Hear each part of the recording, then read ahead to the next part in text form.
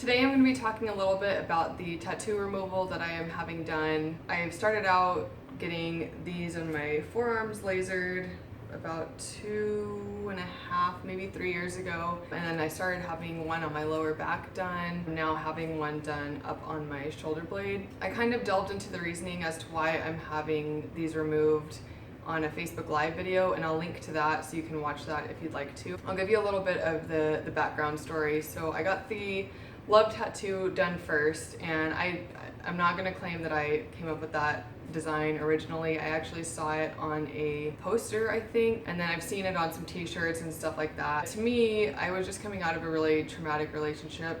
There's a lot of just basically everything bad, from, lying, cheating, and abuse and all that. So I was just hurting a lot, and I felt like, loving someone was painful and hurtful, and it represented that love is dangerous and all this stuff, and while I do believe that it can be that way because your feelings get involved and you get hurt, I don't think that love is a negative thing, and I don't want to have that on my body anymore. It didn't really start bothering me until probably a year ago, but the hate tattoo, I got that one to counter the love one. So I'd seen that design and I liked it, and then I felt like I wanted something across my back to balance that one. So I got the hate in all lovey-dovey type things. So the H was angel wings, and the A was an upside down heart, the T is a bow, and the E is a rose. And I thought, and that was a collaborative design between the tattoo artist and myself. I thought it was a cool idea at first, and I used to just be very outspoken and not think things through so much, and I was just very kind of in the moment, I guess. I thought it was a really cool idea, and I decided to get it done. And I started thinking about getting that one removed about 3 years ago, and then I finally started having it worked on about 2 years ago because I just don't want the word hate on my body anymore. It's such a strong, nasty word, and being however old I was when I got that, I think I was 21 when I got that one. Actually, I don't think I was. I was probably only 20 because when I got the love one, I believe I was only 19 or 20. And I was kind of going through a phase of getting a lot of ink done at that time. So I just wanted to get the hate off of my body, and I don't like the way it looks anymore anyways. I think it just looks kind of tacky, and the design and everything, it's kind of spread out. So now I'm also wanting to get the love one off, even though I get a ton of compliments on it and people really like it. I don't want it on my body anymore. I've been going to my friend in Amarillo to get my tattoos lasered. I did go to another person in Las Vegas for 3 treatments on my arms, and I believe she did 2 on my lower back on the hate tattoo. And I didn't see a ton of progress, but I know these were black and they're definitely lighter now, but I feel like I saw a lot more progress after I started going to Progress Tattoo Removal in Amarillo.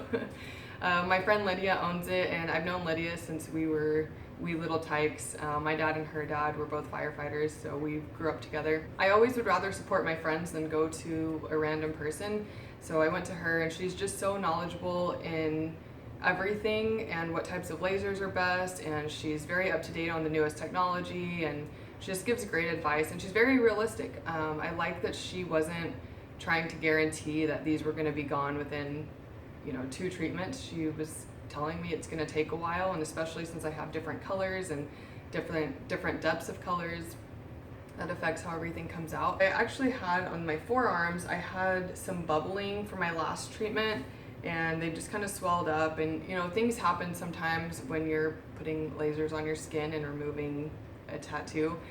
So she actually went over it and did some microneedling this time, and I had absolutely no bubbling, no blisters. It's very smooth. The texture looks even better now than before I went to her this last time, so I'm really happy we did the microneedling. And just to be clear, I'm not removing all my tattoos. I'm not going through some midlife crisis where I just want to be tattoo free. It's nothing like that. I actually still want to get a lot more. The only reason I really haven't lately is because the older I get, the more it hurts, and I'm just kind of a sissy, and I'm okay with that. There's just certain things I don't want on my body. And actually the tattoos on my forearms, I didn't want to get those removed. They were the first ones that I started to have removed. The only reason is because the tattoos were beautiful when I got them done. I was so happy with the outcome. I loved the way they looked. And they said dismantle and repair, which is one of my favorite songs by Amarillo. And I love that song. I think it's beautiful, and I wanted to have those lyrics on me because I think that's very much kind of a circle of life thing, is that a lot of times you have to be broken down to be built back up, and that goes with people or places. Everything goes through different stages in life, and that's how we become better, is during that rebuilding process. Anyhow, the tattoos looked great, and then about 3 days after I had them done, I was with my friends in Albuquerque, Des and Beto, and Beto owns Gallo Negro Tattoo in Albuquerque. And I noticed that he didn't do these tattoos, but I was staying with them. And I noticed that they were starting to swell, and they were getting itchy and hot. They looked like they might be infected, and I was kind of freaking out. Des assured me they weren't infected, and then I had Beto look at them as well, and he said they weren't infected. But what happened was that the artist overworked the skin. My skin did start to get irritated and swell up, and then the ink started spreading under my skin. Once that all calmed down, about a week or so later, the ink had spread out so much you couldn't read the tattoos anymore, which was really upsetting, and it just broke my heart. I knew I was gonna have them removed. And then everyone was asking me, oh, is that Hebrew? What does that mean? It's like, no, it was English. It was supposed to look like typewriter ink, and it was a tattoo I wanted for a really long time. And that's the story on why I'm getting these removed. Again, I did delve into it a little bit on my Facebook Live, so if you want to see more and see the whole process, I will link to that. But the rest of this video is just going to have little clips of that process, along with a little bit more behind the scenes stuff that my friend Amanda filmed for me. Woo! I forgot, that's the first time I'm getting that one. That's why I'm going to do a live video. Yo, I'm getting some tattoos lasered. Miss Lydia, trying to distract myself by talking to you guys. Oh God, oh God, oh God, oh God. I'm having the Love One lasered right now. This is the first time I'm hitting that one. It feels like it sounds, like just little heat things popping in my back. Hot spots. So here's what the tattoo looks like after it's been hit. So what's actually happening is we're using specific wavelengths. So we're using the 1064 nanometer wavelength, and it's actually interacting with pigments. So when it interacts with that pigment, it's actually combusting it inside the skin. So as you can tell, there's no like wound or anything wild or crazy. What we're actually doing is, again, combusting the ink inside of her dermis. So when that happens, it releases a nitrous oxide gas, and that's what we're actually seeing from the surface. So this really lasts about 15 to 20 minutes, and then it starts to dissipate. The ink flushes to the surface, and then her body will actually work through it, and eventually she'll poop it out. So it's kind of interesting and fun, but and yes, again, girls do poop. Yes, we do poop. But definitely something that, again, when it's done correctly, the skin should be perfectly intact and everything should be pretty chill. We use a Zimmer tool while we're actually working on her. So it's a really neat tool that helps keep things really cold and comfortable. So it's taking that heat out of the skin just as soon as it's happening. We definitely made an upgrade around here recently, and I know it's nicer for everyone, and she's definitely confirming that today. Yeah. So now we have different wavelength here. So we use a 694. So when you're working with blues, greens, turquoises, purples, and browns, there's two different wavelengths out there in the industry that you can actually use. Sorry, this is loud. So we really like the 694 in our clinic. Just because that's pretty much all we've used. I know the Cynosure has put out their PicoSure, and that wavelength is a 744. The 694 has been around since like 1990. It's just a really good wavelength for these colors. So again, we've definitely frosted this area. Everything's responded really well. So all that we have left is these lighter colors. So we're going to go back here and grab these areas with a 532. So it's a really good wavelength for lighter colors. Here again, this wavelength is really attracted to our warm pigments. So it's attracted to our reds, yellows, oranges, browns. Again, purples too. Purples are kind of in between. So that wavelength again is picking up those skin tone type colors. They're extremely surface, and that wavelength also doesn't go super deep because those colors don't settle as deep, genuinely because they don't weigh very much. So that's why like blacks tend to take the longest to work on. Is that what you're doing first? Yeah, that's what we did first. The black ones settle the deepest. They're the largest. Then we have our blues, greens, those kinds of colors. They settle kind of in the middle of our dermis. Sorry, I know you're chilly. And then of course our light colors are much more surface. So definitely, again, these items are really 3D projects. Of course, an artist's job is really for things to look very much like even from the surface of the skin. In reality, again, it's kind of like an oil painting. And of course, that's why it takes different amount of times to work on every project out there. When people come in, obviously, we get a lot of different questions. And one of them is definitely, while I'm here, are you going to treat the entire tattoo? If that's your goal to treat the entire thing, we can. Also, if we just wanted to crop something, if you were like, hey, I don't really like the color in here, can we just take that out so I can get a better color? Sure, we definitely can do that. We'll price you out for just the space that you want to work on. Again, the ultimate goal is that everyone gets what they want.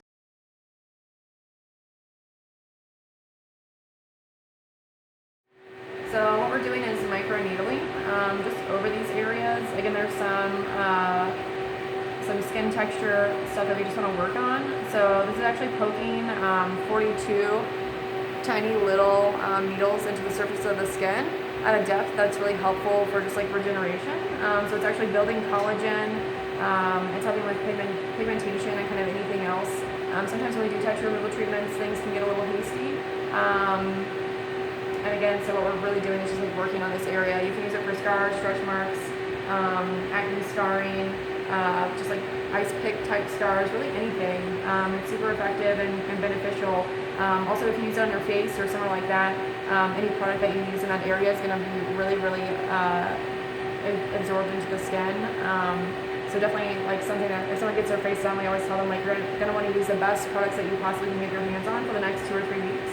Because your body and your epidermis and dermis are really going to be able to utilize those things in a way that they haven't before. Cool. Oh, yeah. Like finish this line. Oh, no. Okay. So I'm just going to grab, so just bear with me, we're going to get all the dark shit done. Everything else is easier, okay? There's the dark spot. Alright, there's one. Doing good. There's a little one right there. There's some dark shit up here still. Alright. We're going to grab this dark little cluster spot. Okay, that's done. That's done. There's this little guy. Okay, this one spot, and everything else is literally lighter. Okay, so that's the darkest. Oh my god, I'm getting ice cream later. You're gonna get all the ice cream you want out of it. I want ice cream. It makes sense that the hate would hurt worse than the love. I'm gonna go ahead and grab this rose first.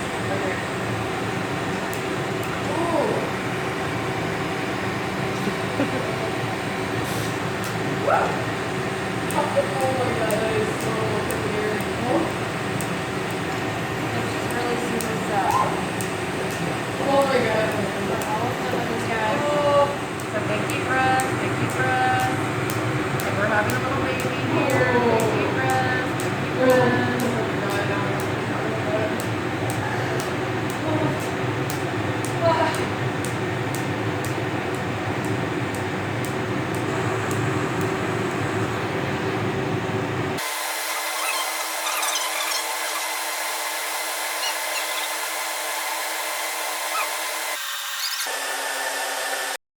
Alright, so this is what the love tattoo looks like so far. It's definitely lighter than it was. I did have a couple places that bubbled up right after I got it done, but the little blisters kind of popped, and it doesn't feel like it's raised anywhere. I was just putting Aquaphor on it for a few days, and I think everything's healing up pretty nicely. I'm pretty happy with the progress so far. The tattoos do continue to lighten up more in like the following months after the session, so you will see an immediate difference, but if you give it another month, 2 months, 3 months, you'll see a bigger difference. This is what my hate one looks like. So this one I think has had 3 sessions or 4. I think 4. Lydia's done 2 and I had 2 done in Vegas. It's definitely faded. I mean, you can tell it looks like an old crappy tattoo. It was pretty well done when I first got it. You can see there's more of like the black fading out over here. All the pink that was in the bow is mostly gone. This red was pretty equivalent to this red. It's faded for sure. I feel like, I mean, this is gonna still take another few sessions, but I'm happy with how it's looking. Forearm tattoos are currently looking like. You can see where it was bubbled up. Let me tell you, these little scars, they were pretty bubbly, especially this one, but I mean, it's almost flat again. There's a lot of really nice fading. This is almost gone over here. I'm pretty stoked. These are the darker parts that are gonna take a little bit longer. These were some pretty big little bubbles as well. And that microneedling has really helped, as well as just putting bio oil and all that good stuff on there. But I'm happy with the way everything's looking, and I'm excited to see what the next few sessions will bring. If you guys have any questions, comments, concerns, leave everything down in the comments and I'll get to it. I know a lot of people have asked a lot of questions about the tattoo removal process, and while I'm not terribly knowledgeable about all the details, I'm happy to answer any questions that there are. And anything that I don't know the answer to, I'll just try to direct you to someone who might be able to help more. Getting a consultation is going to be the best way to get any personal questions answered for anything on your own body. I hope this helps so you kind of see what the process looks like, and maybe it will help you decide if you want to have some laser work done on yourself.